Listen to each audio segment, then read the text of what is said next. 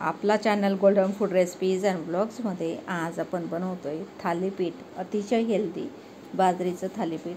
तर त्याच्यासाठी आपण कोथिंबीर धुवून घेऊयात. बरीचशी तयारी आपण येथे केलेली आहे. आता आपल्याकडे हे आहे बाजरीचं पीठ आणि थोडंसं चण्याचं पीठ, पण त्याच्यासाठी काही भाज्या आपल्याला पाहिजेत. तर कोथिंबीर मी धुवून ठेवली आहे. आता मी इथे 2 टोमॅटो घेतलेत. तर टोमॅटोमध्ये ज्या बिया आहेत त्या काढून घेऊयात आणि फक्त टोमॅटोची जी साल आहे तीच आपण बारीक कापून घेणार आहोत करून. तर टोमॅटोमधल्या ज्या बिया आहेत त्या मी चमच्याने काढून घेतल्या आणि जे वरचं कातड आहे, साल आहे, ते सुरीने बारीक कापून घेऊयात. ते आपण या बाजरीच्या थालीपीठामध्ये घालणार आहोत.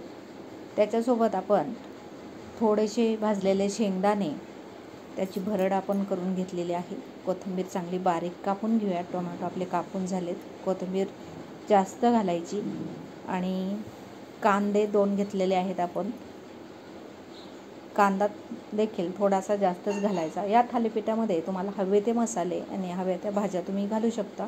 थालीपीठ हा असा प्रकार आहे, जर मुलं खात नाहीत तर थालीपीठामध्ये कोणत्या प्रकारच्या भाज्या तुम्ही घालू शकता, मुलं आवडीने खातात. तर वाटण बनवण्यासाठी आपण आलं, लसूण आणि हिरव्या मिरच्या 2-4 घेतल्यात. ते वाटण पाणी न घालता वाटून घेतलं. हे फूल आहे छान, क्रिएटिव्ह मुलीने बनवलेलं आहे. छान छान मस्त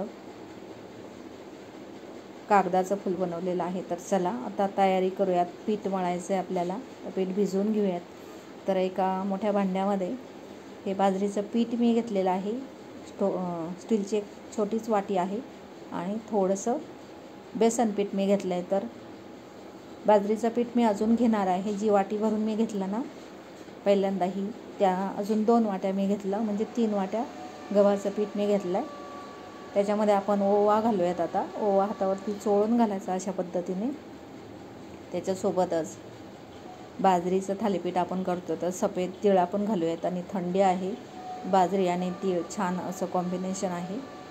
तर भरपूर तीळ मी इथे घातलेले आहे, पण घालताना त्याच्यात काही खडे वगैरे आहेत का ते पाहून घालायचे. आणि पहिल्यांदा हे आपण आता याच्यामध्ये काही पावडर मसाले घालूयात. जास्त काही मसाले घालायचे नाहीत. आपण त्याच्यामध्ये हळद घालूयात, थोडंसं लाल तिखट, जिरी पावडर सोबत जिरं देखील घालणार आहे मी अख्खं, आणि थोडीशी धना पावडर घालायची असेल, ऑप्शनलला ठेवली तरी चालेल. तर मी इथे धना पावडर नाही घातली, जिरी पावडर आणि जिरं घातलेलं आहे, हळद घातली आणि थोडंसं लाल तिखट. कारण हिरव्या मिरच्या आपण वाटताना हिरव्या मिरच्या लसूणाला वाटून घेतलेलं आहे. तर हे सगळे कोरडे मसाले आपण मिक्स करून घेऊयात. आणि जे वाटण आहे ते देखील आपल्याला याच्यामध्ये घालून घ्यायचं आहे. पहिल्यांदा कोरडे मसाले मिक्स करून घेतले. आता सगळेच कांदा, टोमॅटो, कोथिंबीर, वाटून घेतलेलं वाटण, हे सगळं आपण पटापट मिक्स करून घेऊयात. सोबतच भाजलेल्या दाण्याचा कूट, शेंगदाण्याचा कूट थोडासा घालायचा आहे. मस्त क्रंची असे दाताखाली आले की छान लागतात. हे सगळं मिक्स करून घेऊयात.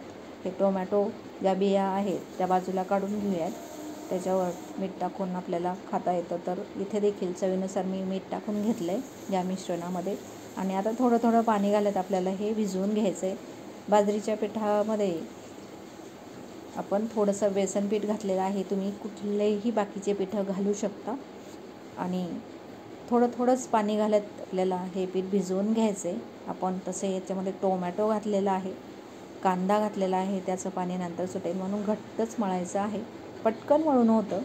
तर चला, तुम्हाला याला आराम करू द्यायचा असेल, वेळ असेल तर रेस्ट देऊ शकता, नाही तर लगेच केलं तरी देखील थालीपीठ खूप छान होतं.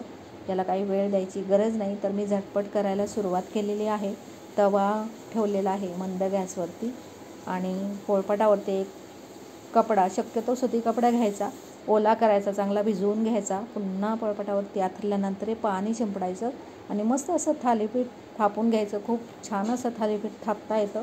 आणि बोटाने मधोमध आणि बाकीच्या आजूबाजूला 2-4 होल करायचे आणि या पद्धतीने कपड्यासह थालीपीठ उचलायचं आणि तव्यावरती टाकायचं. गॅस मंद किंवा मध्यम ठेवायचा.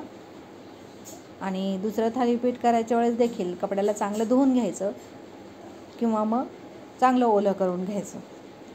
आणि आता जे वरती थालीपीठ टाकलेलं आहे ते जे होल आहे त्याच्यामधून मी थोडं तेल त्याच्यामध्ये सोडलं आणि दुसरा एक गोळा घेतला.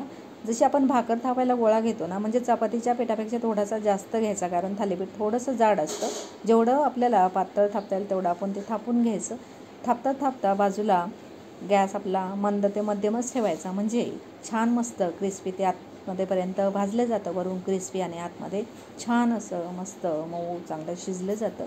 तर तव्यावरचं थालीपीठ होईपर्यंत अगदी सहजच 2 थालीपीठं तुम्ही खाली थापून घेऊ शकता. तर चला, मस्त असं बाजरीच्या पिठाचं हेल्दी असं थालीपीठ तयार झालेलं आहे.